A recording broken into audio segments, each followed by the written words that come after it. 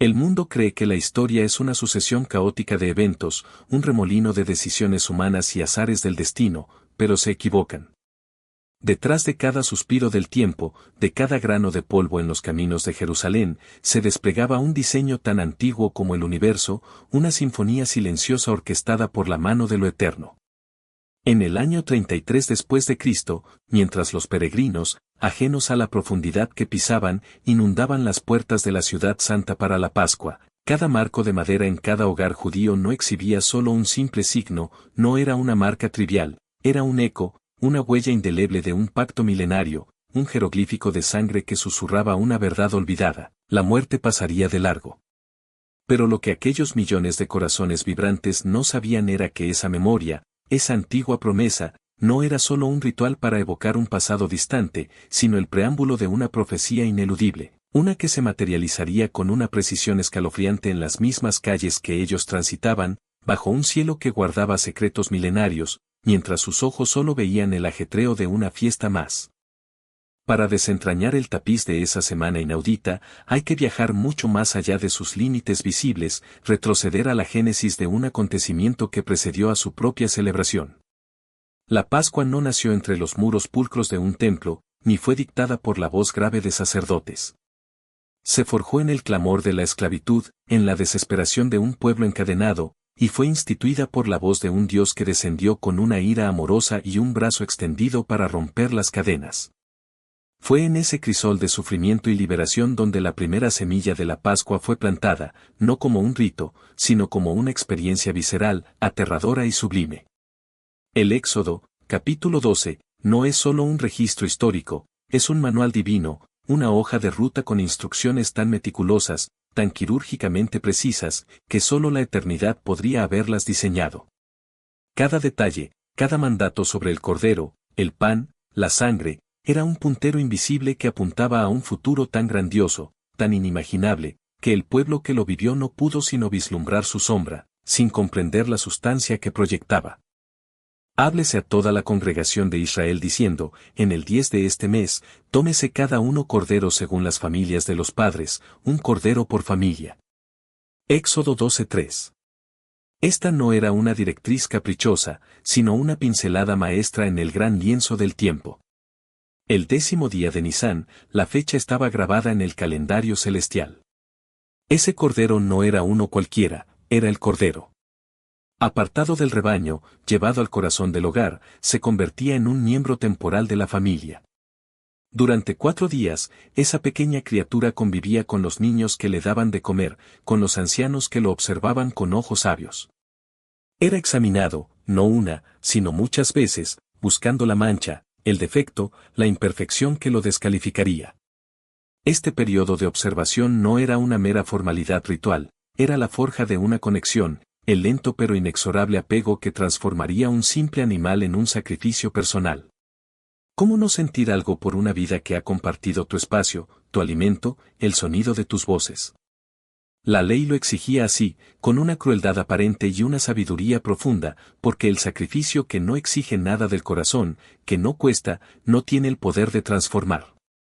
Y aquí es donde la historia da un giro que la lógica humana no puede explicar. En el año 33 después de Cristo, el mismo patrón, la misma cronología, se repitió con una exactitud que ningún guionista terrenal habría podido concebir. El 10º de Nisán de ese año no fue un día cualquiera, fue un domingo, y en ese exacto domingo, Jesús de Nazaret, el Cordero que nadie había reconocido plenamente, hizo su entrada a Jerusalén. No como un fugitivo, sino en una procesión que la historia llamaría triunfal, sobre un asno que cumplía una profecía silenciosa. Las multitudes, armadas con ramas de palma y con un clamor de Hosanna, bendito el que viene en el nombre del Señor, lo recibieron como a un rey terrenal, sin saber que estaban marcando el mismo día en que los corderos eran llevados a los hogares, el día en que el sacrificio comenzaba a ser apartado y reconocido por aquellos que lo recibirían. Desde ese domingo de Ramos hasta el viernes de la crucifixión, Jesús fue sometido a un escrutinio implacable, una inspección pública que eclipsaría la de cualquier cordero. Los fariseos, con sus redes teológicas, los herodianos, con sus trampas políticas, los saduceos, con sus argumentos sobre la resurrección, todos, en su afán de encontrar una mancha, un defecto, una razón para su condena, se convirtieron, sin saberlo, en los inspectores divinos. Y el veredicto, pronunciado incluso por el representante del poder imperial más grande de la tierra, Poncio Pilato, fue el mismo que la ley exigía del Cordero Pascual: no encuentro ningún delito en este hombre. Sin defecto, sin falla, sin mancha. La sincronía era demasiado perfecta para ser accidental. Jerusalén, en el siglo I, no era solo una ciudad, era el epicentro de un diseño cósmico, una metrópolis religiosa cuya grandiosidad superaba la imaginación. Herodes el Grande, el constructor compulsivo, había pasado décadas embelleciéndola, pero su obra magna, la reconstrucción del templo y la plataforma titánica sobre la que se alzaba, seguía siendo, en el año 33, una maravilla de ingeniería, una fortaleza de fe. Josefo, el historiador judío, la describía no como un edificio, sino como una visión que cegaba al recién llegado, un milagro de oro y piedra. Las piedras de su base, colosales, algunas del muro occidental que aún desafían el tiempo, pesaban entre 400 y 600 toneladas. La fachada misma, cubierta de oro bruñido, irradiaba una luz que, al amanecer, era un faro visible desde kilómetros, una promesa dorada en el horizonte. Y durante la Pascua, esa ciudad que en tiempos ordinarios albergaba a 100.000 almas, se hinchaba hasta la asfixia, recibiendo entre 200 y 400.000 peregrinos adicionales. Venían de todas partes, de Galilea y Judea, de la lejana Babilonia y del misterioso Egipto, de Roma y Asia Menor, cada varón judío obedeciendo el mandato ancestral de presentarse ante el Señor. La ciudad se transformaba en un microcosmos bullicioso, un torbellino de humanidad. Las posadas desbordaban, los patios se llenaban de tiendas improvisadas, los mercados operaban con una frenesí que hacía palidecer el ruido cotidiano. El movimiento incesante de animales destinados al sacrificio, de personas con sus ofrendas, de comerciantes con sus mercancías, de sacerdotes preparándose para la liturgia y de soldados romanos, presencias sombrías en guardia preventiva, creaba una atmósfera que era simultáneamente festiva, sagrada y tensa, una burbuja de tiempo donde lo divino y lo humano colisionaban. Para sumergirse en la experiencia sensorial de esa semana, uno debía cerrar los ojos e imaginar los aromas. El humo dulzón de miles de hogares preparando la cena de Pascua, mezclándose con el olor terroso de los animales en los corrales temporales, se elevaba como una ofrenda olfativa. Los puestos de especias desprendían fragancias exóticas desde el alba, y el amargor de las hierbas rituales, como la lechuga silvestre o la chicoria, llenaba las manos de las mujeres que recorrían el mercado. El pan sin levadura, la matzá, se horneaba en cantidades monumentales, una marea crujiente de aflicción y prisa. Pero la preparación no era solo culinaria, era un acto de purificación profunda. La búsqueda y eliminación de todo producto leudado, el chametz, era un ritual que involucraba a cada miembro de la familia. La vigilancia para que ningún resto de fermento contaminara el hogar era una obligación religiosa tomada con una seriedad que hoy nos resultaría extraña. Éxodo 12:15 no dejaba lugar a dudas: 7 días comeréis panes sin levadura, y así el primer día haréis que no haya levadura en vuestras casas, porque cualquiera que comiere leudado desde el primer día hasta el séptimo, será cortado de Israel. La noche anterior al 14 de Nisán, con velas encendidas, cada rincón de la casa era escudriñado en un ritual doméstico cargado de simbolismo. La levadura, ese agente expansivo que silenciosamente corrompe, que transforma lo puro en algo diferente, representaba el pecado, la corrupción oculta del alma. Eliminarla del hogar era un acto deliberado de santificación, una declaración de que durante esos 7 días sagrados no habría espacio para la impureza.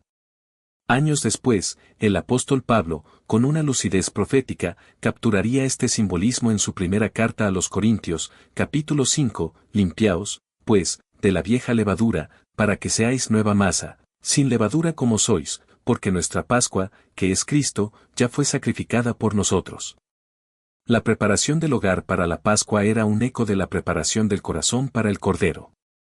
Las familias más pudientes blanqueaban sus paredes, hervían sus utensilios de cocina en un frenesí de limpieza para asegurar la ausencia de chametz.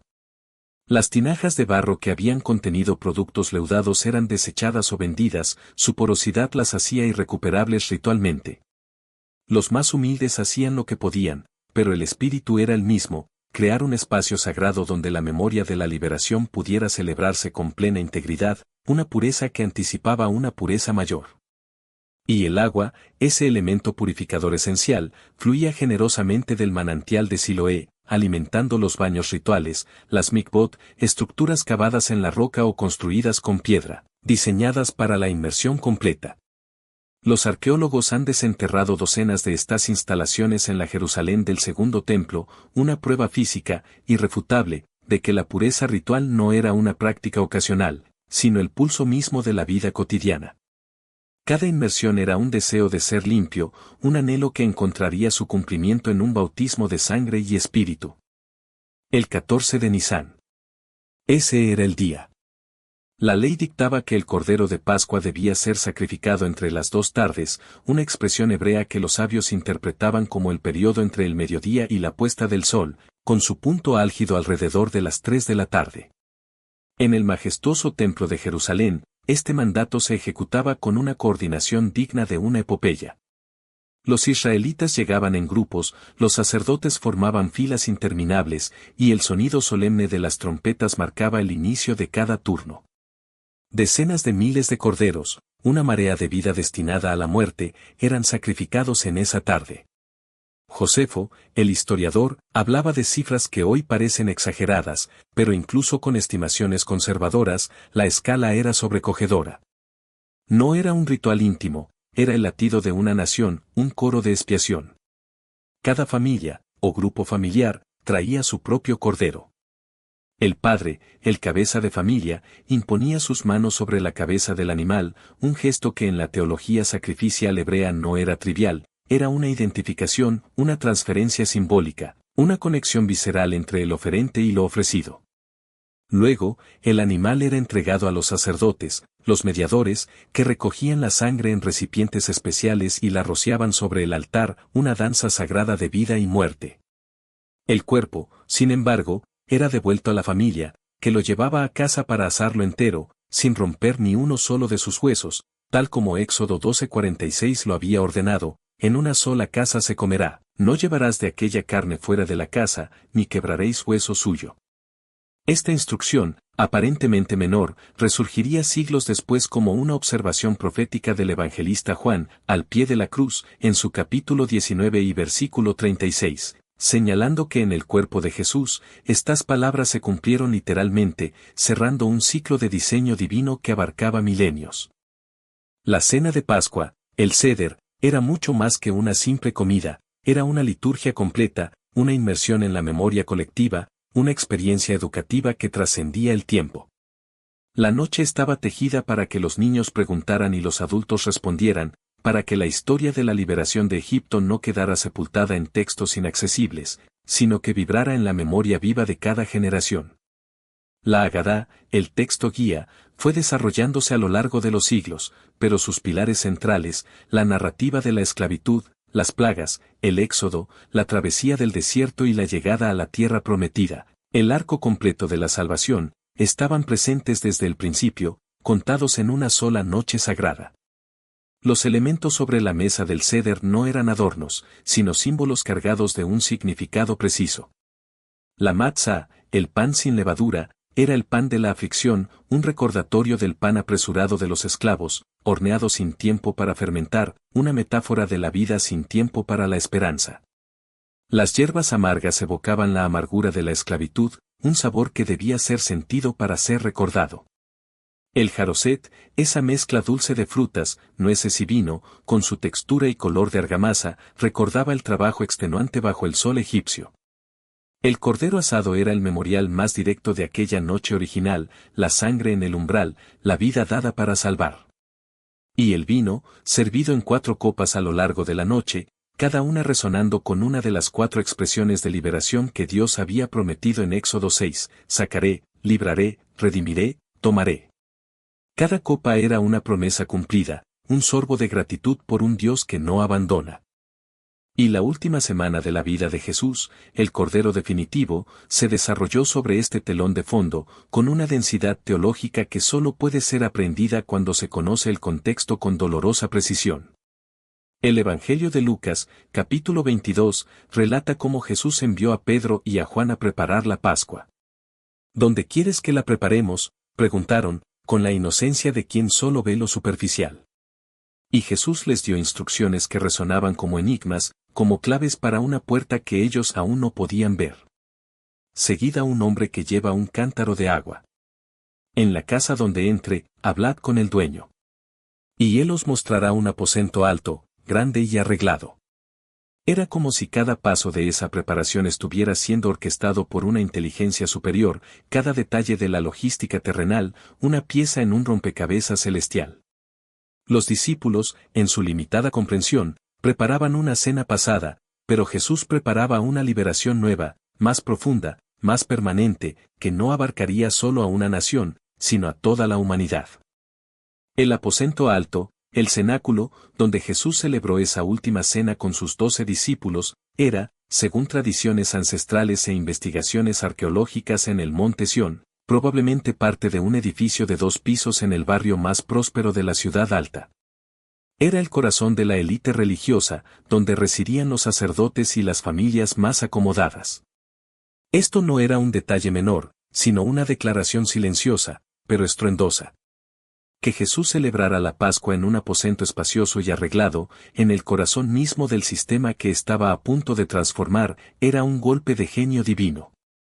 La nueva Pascua no surgiría de los márgenes, de las sombras, sino desde el centro mismo de la tradición, para redefinirla para siempre. Lo que ocurrió en esa mesa es el pilar de la fe cristiana, narrado en los 4 evangelios con una convergencia de detalles que solo la absoluta centralidad de esa noche en la memoria de los primeros creyentes puede explicar. Juan, en su capítulo 13, nos regala una escena que los otros evangelistas omiten, pero que captura la esencia del que presidía esa cena. Antes de la comida, Jesús se levantó, se despojó de su manto, tomó una toalla, la ciñó a su cintura y vertió agua en una palangana para lavar los pies de sus discípulos. Uno por uno. Era el trabajo del siervo más humilde, una afrenta a la jerarquía social rígidamente observada de la época, donde los puestos en la mesa eran asignados con una precisión casi militar según la posición de cada persona. Un gesto tan desconcertante, tan incómodo, que Pedro, con su franqueza característica, exclamó: «Señor, ¿tú me lavas los pies a mí?». La respuesta de Jesús, según Juan 13:7, fue la clave de todo un diseño: «Lo que yo hago, tú no lo comprendes ahora, mas lo entenderás después». Ese después que Jesús mencionó abarca toda la historia cristiana, el desvelamiento progresivo de un plan. Lo que ocurrió después de esa noche, después de esa semana, después del 14 de Nisan del año 33. Transformó el significado de cada elemento de la Pascua original de una manera que ningún rabino de la época habría podido anticipar y que solo puede verse con plena claridad, mirando hacia atrás desde el otro lado del sepulcro vacío. Durante la cena, llegó el momento culminante. Jesús tomó el pan. Los evangelios sinópticos, con una sincronía asombrosa, lo narran. Mateo 26, 26-28 lo describe así: «Y mientras comían, tomó Jesús el pan, y bendijo, y lo partió, y dio a sus discípulos, y dijo: Tomad, comed, esto es mi cuerpo. Y tomando la copa, y habiendo dado gracias, les dio, diciendo: Bebed de ella todos, porque esto es mi sangre del nuevo pacto, que por muchos es derramada para remisión de los pecados». Estas palabras, pronunciadas en el contexto sagrado de la cena de Pascua, no eran una mera adición, eran una reinterpretación radical, una reescritura del guión divino. El pan sin levadura, el pan de la aflicción, se convertía en el cuerpo de aquel que cargaría sobre sí la aflicción de toda la humanidad.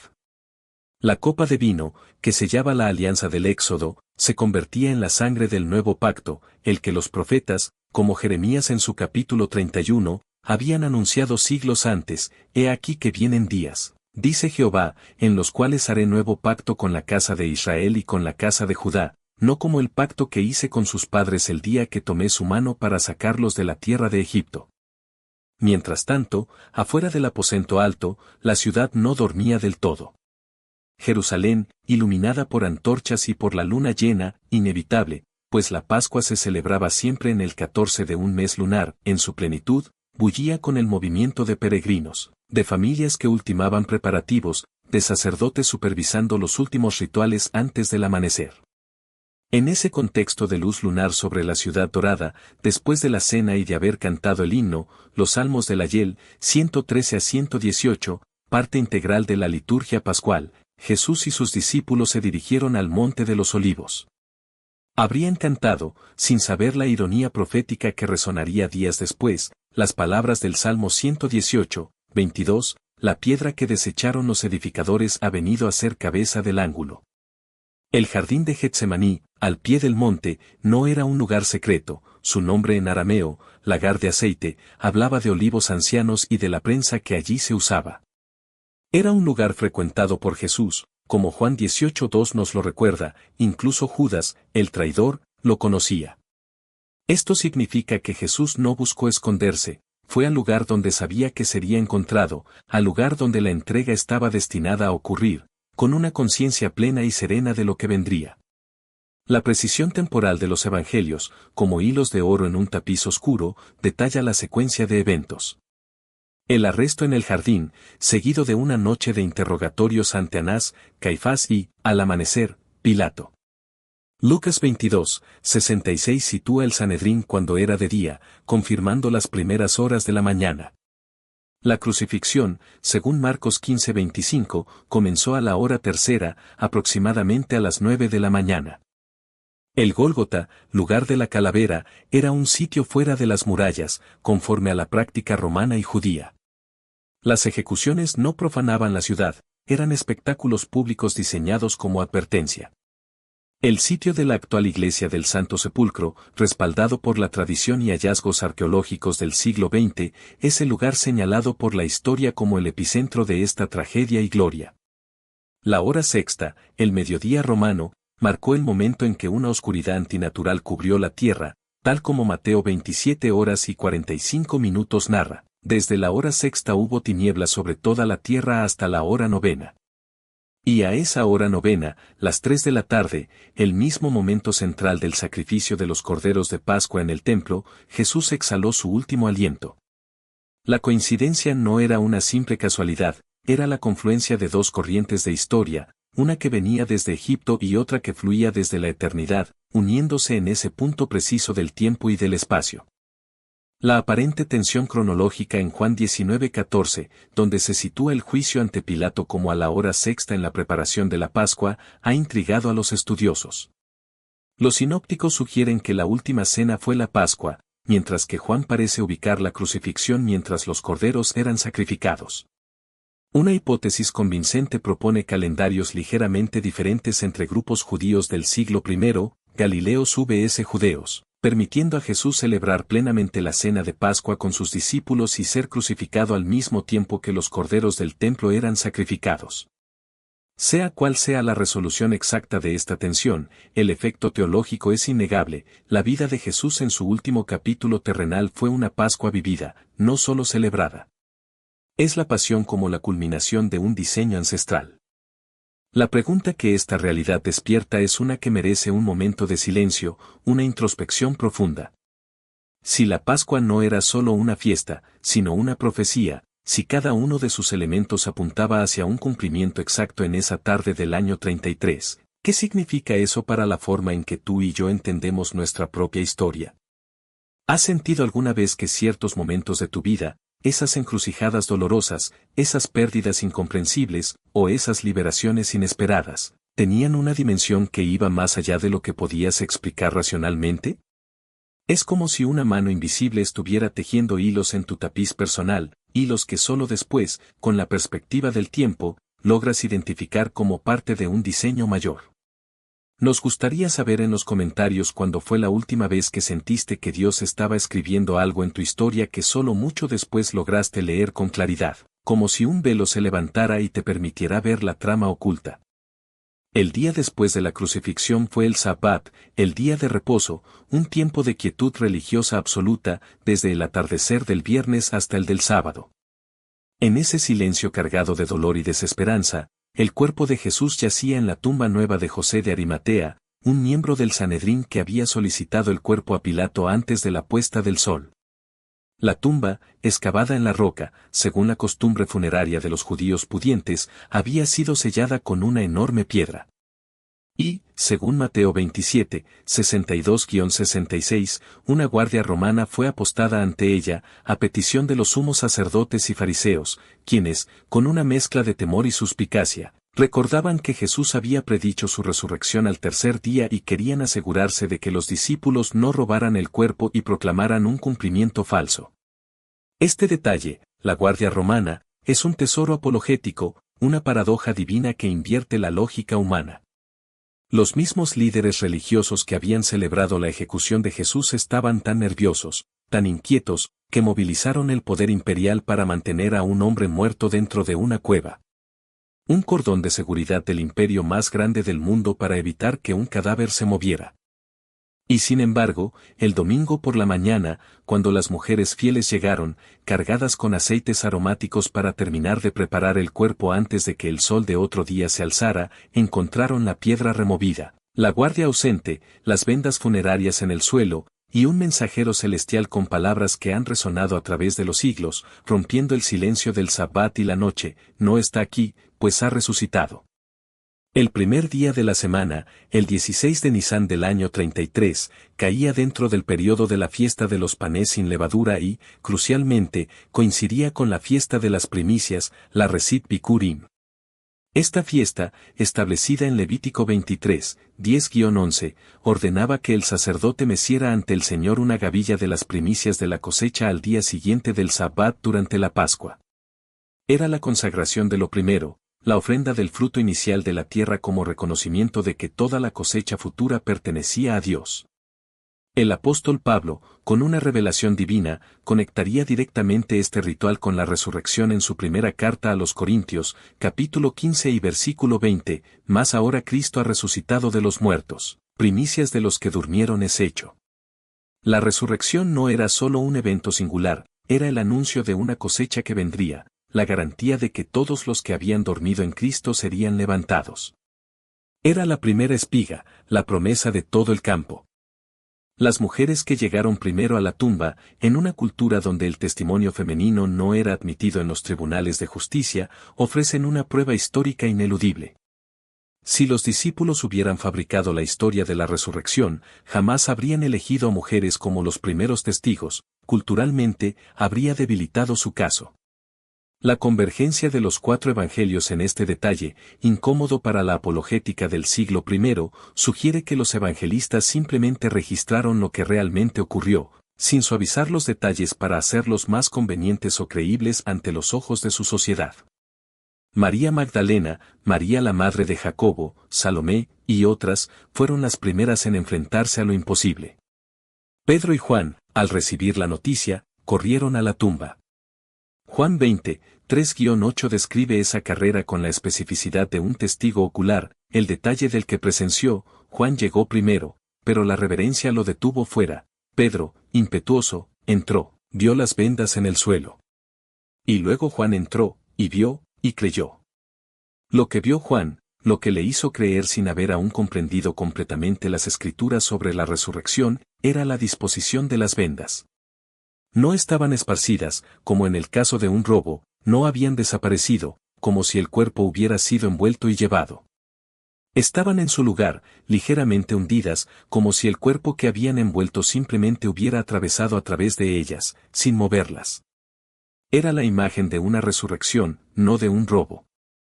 Era la señal de algo que no tenía precedente en la experiencia humana, pero que tenía plena coherencia con todo lo que la Pascua había estado anunciando desde aquella noche en Egipto, el despliegue final de un diseño milenario. Las apariciones de Jesús resucitado, durante los 40 días que siguieron a la resurrección y precedieron a la ascensión, están documentadas en el Nuevo Testamento con una variedad de contextos y de personas que hace difícil su descarte como alucinaciones colectivas o fabricaciones tardías. Pablo, en su primera carta a los Corintios, capítulo 15 y versículos 5-8, ofrece lo que los estudiosos identifican como uno de los credos más antiguos del cristianismo, quizás formulado a pocos años de la resurrección misma. Escribe que Jesús apareció a Cefas, Pedro, después a los 12, luego a más de 500 hermanos a la vez, muchos de los cuales, Pablo añade, vivían aún, después a Jacobo, a todos los apóstoles, y finalmente, a él mismo. La mención de que muchos de los 500 testigos aún vivían era una invitación implícita a la verificación, id y preguntadles. Todavía están aquí para contarlo. La comunidad que se formó en torno a la proclamación de la resurrección en Jerusalén no era un grupo de personas que habían perdido a su maestro y buscaban consuelo en una historia edificante. Era un grupo de personas que afirmaban haber visto con sus propios ojos a alguien que había muerto y que estaba vivo. El núcleo de esa comunidad, los discípulos más cercanos de Jesús, había pasado los días de la crucifixión escondidos y aterrorizados. El mismo Pedro, que había negado conocer a Jesús 3 veces en el patio del sumo sacerdote, pocos días después predicaba públicamente en Jerusalén, ante las mismas autoridades que habían ordenado la ejecución de su maestro, que Jesús había resucitado. La transformación de Pedro no puede explicarse sin postular que algo extraordinario ocurrió entre el viernes de la crucifixión y el domingo de Pentecostés, 50 días después. Las personas no arriesgan sus vidas por historias que saben que son falsas. El testimonio de Jacobo, el hermano de Jesús, tiene un peso particular en este análisis, un hilo más en el elaborado tapiz. Los evangelios son consistentes en indicar que durante el ministerio público de Jesús, sus hermanos no creían en él. Juan 7:5 lo dice explícitamente. Y sin embargo, después de la resurrección, Jacobo se convirtió en uno de los pilares de la iglesia de Jerusalén, según el testimonio de Pablo en Gálatas 1:19, y según los registros históricos de fuentes judías y cristianas del siglo I, Jacobo murió como mártir por su fe en la resurrección de su hermano. ¿Qué puede transformar a un escéptico que convivió con alguien durante décadas, que conocía cada defecto humano de esa persona, en alguien dispuesto a morir proclamando su divinidad resucitada? No es una historia inventada, es un encuentro que no puede negarse, la revelación innegable de un diseño que había estado oculto. La ciudad de Jerusalén, en los días que siguieron a la resurrección, vivió una tensión que sus líderes religiosos no habían anticipado. El plan había sido eliminar a Jesús y disolver el movimiento. En cambio, el movimiento se expandió. Hechos 2 narra cómo en el día de Pentecostés, 50 días después de la Pascua, cuando Jerusalén estaba nuevamente llena de peregrinos de todas las naciones, el Espíritu Santo descendió sobre los discípulos reunidos, y Pedro predicó un sermón que resultó en el bautismo de aproximadamente 3.000 personas en un solo día. El número es significativo, representa no una comunidad marginal, sino el inicio de un movimiento que se extendería por todo el Imperio Romano en el curso de una generación, el nacimiento visible de una nueva era en el diseño divino. Para comprender por qué la resurrección era tan central para los primeros creyentes judíos, hay que entender que la resurrección no era una idea extraña al judaísmo del siglo I. Era una doctrina afirmada por los fariseos y negada por los saduceos, objeto de debates teológicos intensos. Pero la resurrección que el judaísmo esperaba era una resurrección universal al final de los tiempos, la resurrección de todos los muertos en el día del juicio. Lo que la proclamación cristiana afirmaba no era que la resurrección universal había comenzado, afirmaba que un solo hombre en medio de la historia había resucitado de entre los muertos como anticipo y garantía de la resurrección universal que vendría.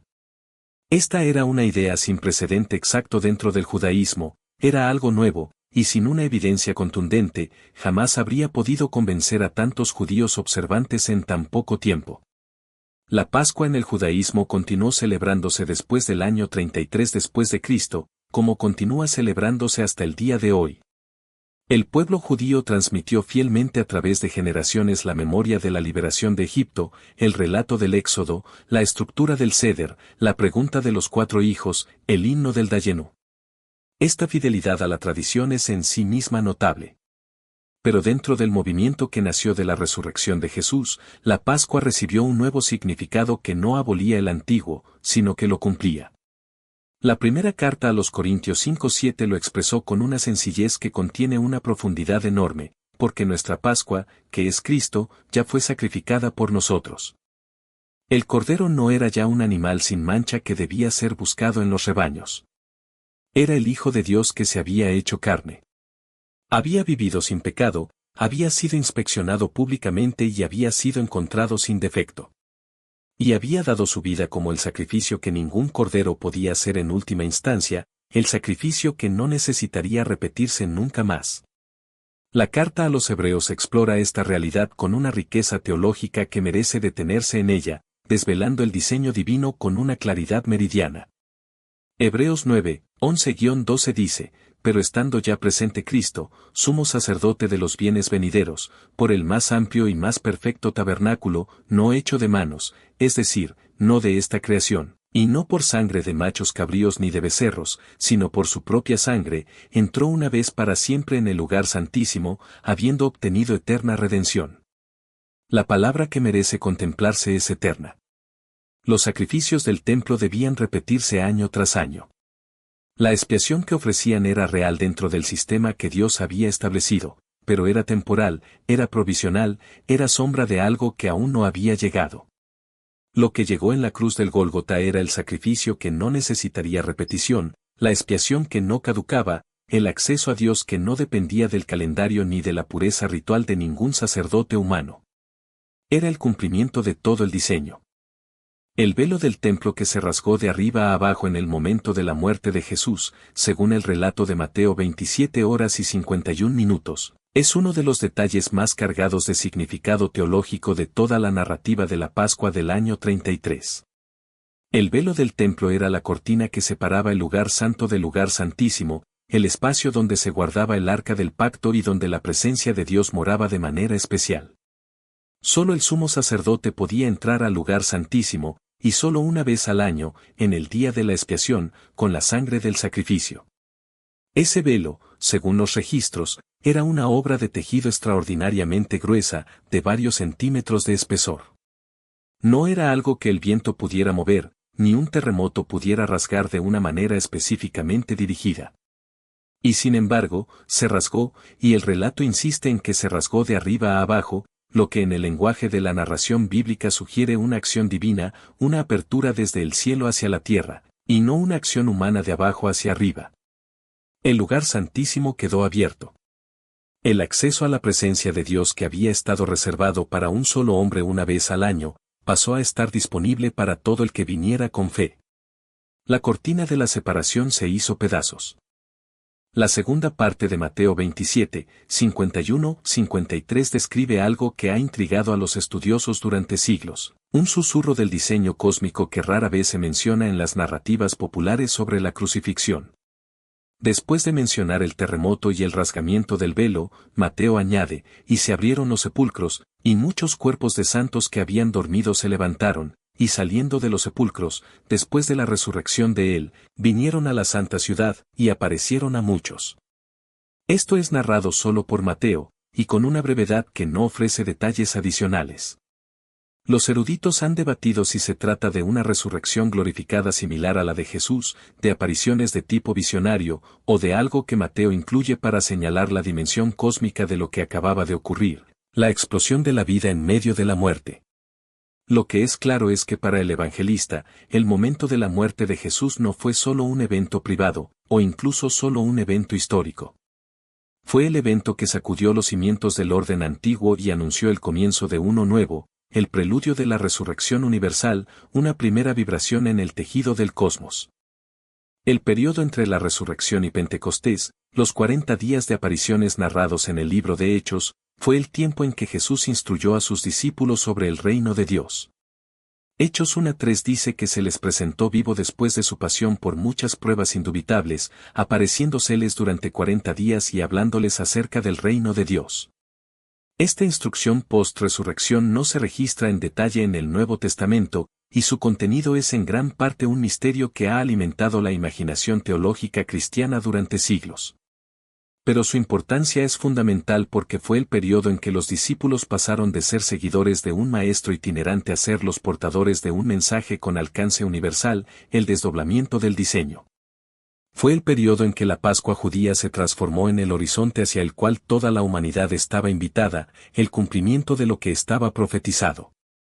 El mandato que Jesús dio a sus discípulos en ese periodo, el mandato que Mateo registra en los últimos versículos de su Evangelio y que la tradición cristiana llama la Gran Comisión, Es otro de los momentos donde el horizonte de la Pascua se expande más allá de cualquier frontera nacional o cultural, rompiendo los límites de lo esperado.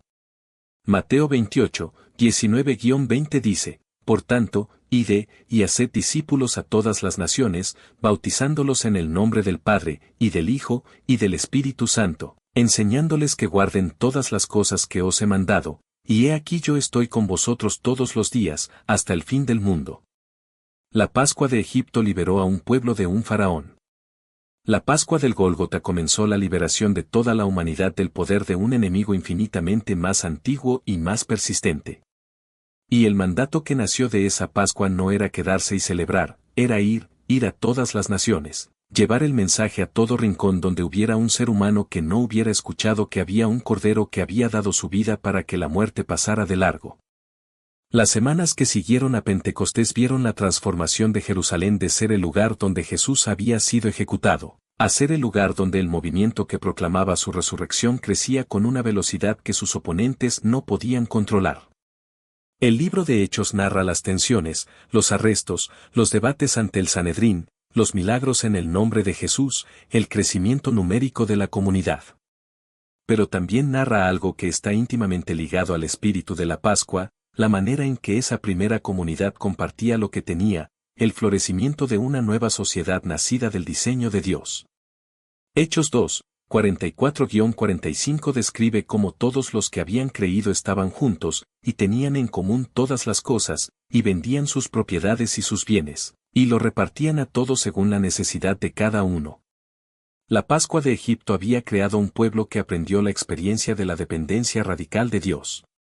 La Pascua del Gólgota creó una comunidad que aprendió que la generosidad era la respuesta natural a haber recibido gratuitamente lo que ningún precio podría haber comprado. Las implicaciones de la Pascua del año 33 después de Cristo se extendieron a través del tiempo, de maneras que ninguno de los participantes directos podría haber previsto. La caída de Jerusalén y la destrucción del templo en el año 70 después de Cristo, que Jesús había predicho explícitamente según los relatos de Marcos 13 y Lucas 21, terminó con el sistema sacrificial del templo para el judaísmo. Desde ese año hasta hoy, más de 1950 años, el judaísmo ha celebrado la Pascua sin el sacrificio del Cordero, sin el templo, sin el sacerdocio levítico. El Seder moderno es una celebración que adapta con profunda creatividad un ritual que fue diseñado para incluir un elemento que ya no puede cumplirse tal como fue originalmente prescrito. Esta es una realidad que los estudiosos judíos han reflexionado profundamente, y hay en ella algo que el ente cristiano lee de una manera particular. El sistema que apuntaba hacia el sacrificio definitivo llegó a su conclusión histórica al mismo tiempo que el sacrificio definitivo fue ofrecido. La sincronía es un testimonio silencioso del diseño de Dios. Para el creyente evangélico del siglo XXI, todo este trasfondo no es solo historia, no es solo arqueología, no es solo teología académica, es la historia de la familia, en el sentido más profundo de esa palabra. Cada vez que en una comunidad cristiana se celebra la Cena del Señor, sea con pan y vino, sea con jugo y galletas, sea en una catedral majestuosa o en un salón sin ventanas, se está repitiendo el gesto que Jesús hizo en ese aposento alto de Jerusalén en la noche del 14 de Nisán del año 33. Se está proclamando, como dice Primera de Corintios 11:26, la muerte del Señor hasta que Él venga. El pasado y el futuro se tocan en ese momento sagrado, en ese acto de memoria y anticipación. La Pascua que liberó a Israel de Egipto, la Pascua que liberó a la humanidad en el Gólgota, y la Pascua que vendrá cuando el Cordero celebre la cena de bodas con su pueblo en el reino eterno, todas convergen en ese simple acto de partir el pan y beber la copa en memoria de quien prometió que volvería, cerrando el círculo del diseño divino. El libro del Apocalipsis, que es el libro más pascual del Nuevo Testamento en un sentido que frecuentemente pasa desapercibido, retoma la imagen del Cordero como el símbolo central del que recibe la adoración del cielo, la culminación de todo el diseño. Apocalipsis 5:12 registra el cántico de innumerables ángeles y seres vivientes y ancianos, el Cordero que fue inmolado es digno de tomar el poder, las riquezas, la sabiduría, la fortaleza, la honra, la gloria y la alabanza. El Cordero está de pie, dice el versículo 6 de ese mismo capítulo, como inmolado, vivo, resucitado, glorificado y, sin embargo, llevando en su cuerpo las marcas de lo que ocurrió en Jerusalén. Las marcas de la Pascua no desaparecen en la eternidad, son la señal eterna de lo que el amor de Dios estuvo dispuesto a hacer para que la muerte pasara de largo sobre su pueblo. En ese sentido, la Pascua del año 33 después de Cristo no terminó en el siglo I. Continúa. Cada vez que alguien escucha el Evangelio y responde con fe, la Pascua está ocurriendo de nuevo, un eslabón más en la cadena del diseño. Cada vez que alguien que estaba atrapado en una esclavitud que no podía romper por sus propias fuerzas experimenta la libertad que solo la gracia puede dar, el éxodo está sucediendo de nuevo. Cada vez que la muerte que debería haber llegado pasa de largo porque hay sangre en el umbral, no sangre de cordero animal, sino la sangre del que es el cordero definitivo. La promesa de Dios a Moisés en Éxodo 12:13 está cumpliéndose de nuevo, y la sangre os será por señal en las casas donde vosotros estéis, y veré la sangre y pasaré de vosotros, y no habrá en vosotros plaga de mortandad cuando hiera la tierra de Egipto. Lo que esa semana en Jerusalén reveló no fue solo que un hombre llamado Jesús de Nazaret había muerto y resucitado, reveló la lógica interna de toda la historia humana, la lógica que dice que cada lágrima tiene un propósito, que cada oscuridad tiene un límite, que cada sepulcro tiene una fecha de expiración, que el Dios que sostuvo a su pueblo en Egipto, en el desierto, en el exilio, en la dispersión, en la persecución, en la prueba, es el mismo Dios que puso su propio Hijo en el corazón de la historia y lo sacó del otro lado de la muerte como prueba de que nada, absolutamente nada, tiene la última palabra, excepto Él. Hay algo en la Pascua, en este diseño meticuloso, que fue concebido específicamente para la persona que está leyendo esto ahora mismo, o escuchando estas palabras, en el punto exacto en que se encuentra en su propia historia, en su propio diseño personal. Quizás estás en un periodo que se parece más a Egipto que a la tierra prometida, sintiendo el peso de una esclavitud que no elegiste y no sabes cómo terminar. Quizás has estado mirando la piedra del sepulcro de algo que murió en tu vida, una esperanza, un sueño, una relación, y no puedes imaginar que haya algo al otro lado. Para ti específicamente, la Pascua tiene un mensaje que no ha cambiado en más de 3000 años de historia. Dios ve la sangre en el umbral. Dios pasa de largo la destrucción que merecías. Dios abre caminos donde no había ninguno. Dios saca al pueblo cautivo con mano poderosa y brazo extendido. Y Dios resucita lo que el mundo considera definitivamente muerto. Esta es la Pascua real, no la que está en los museos, no la que está en los libros académicos, aunque toda esa historia sea verdadera y necesaria para entenderla en su plenitud. La Pascua real es la que ocurre en el alma de cada persona que se pone bajo la cobertura del Cordero y descubre que la promesa es para ella también. Es la que ocurre cuando la fe encontrada en la oscuridad del viernes se sostiene a través del silencio del sábado, porque sabe con una certeza que no depende de las circunstancias, que el domingo viene. Siempre viene el domingo, porque el Cordero que fue inmolado está de pie, y su resurrección es la garantía de la tuya, y su victoria es la promesa de la tuya, y su vida es el fundamento de la tuya, ahora y para siempre. Si este recorrido por la Pascua del año 33 en Jerusalén, este desvelamiento del diseño divino, encendió en ti algo que necesitabas volver a recordar, o si te encontró por primera vez en un lugar donde esta verdad te cambia algo, entonces este contenido tiene más valor del que podemos medir. Suscríbete al canal para que ningún vuelo así se te escape, porque hay mucho más de esta historia, de este diseño, que todavía necesitamos recorrer juntos. Y si hay alguien en tu vida que está en su propio Egipto, atrapado en una esclavitud que siente que no tiene salida, comparte este video con esa persona hoy, sé el mensajero del diseño. Quizás la Pascua que necesita escuchar está esperando en sus manos a través de las tuyas. Sí. Total de caracteres estimados, 48.677.